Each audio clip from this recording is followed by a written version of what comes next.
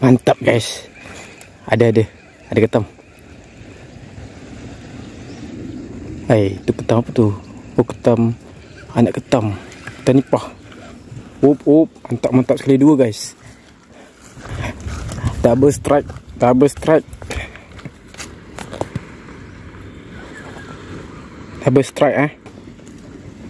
Bau campak dah masuk. Ketam nipah.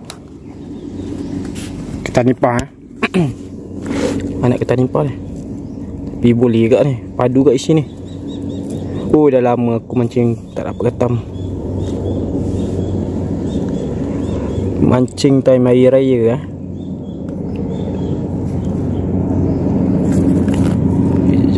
Ini balingan pertama dapat anak ketam. Dia punya tangan yang panjang. Kita buka belakang dulu.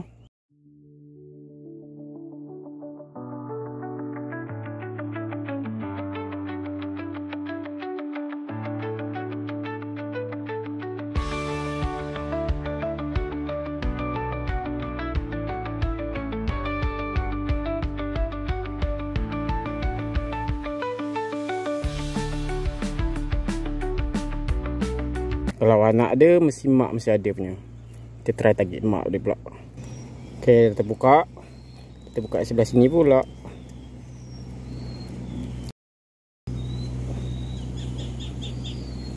Okay, satu dah terbuka Satu lagi. Ada satu lagi. Yang kedua pula kita buka.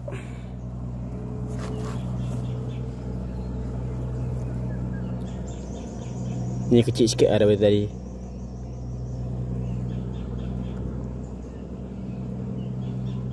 Tapi tangan besar Badan kecil, tangan besar. Ni ketam jantan.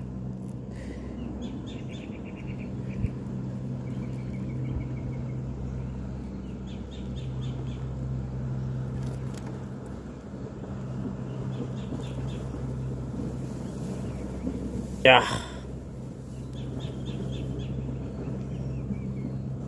Okay guys, dah buka yang kedua. Okay guys, strike.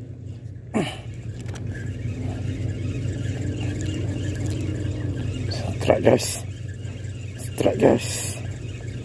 Ikan apa tu?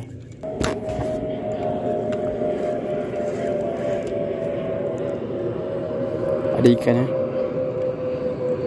Oh, ikan apa ni? Oh, anak ikan tu.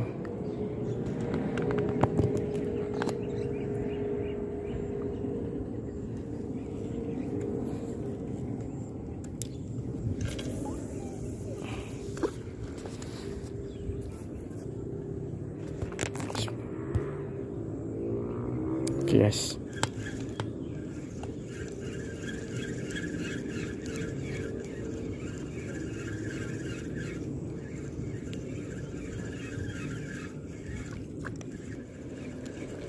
Aduh, sesirat pula.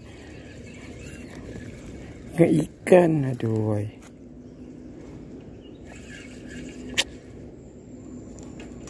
aku malas ni.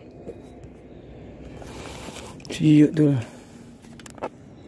Ingat ikan.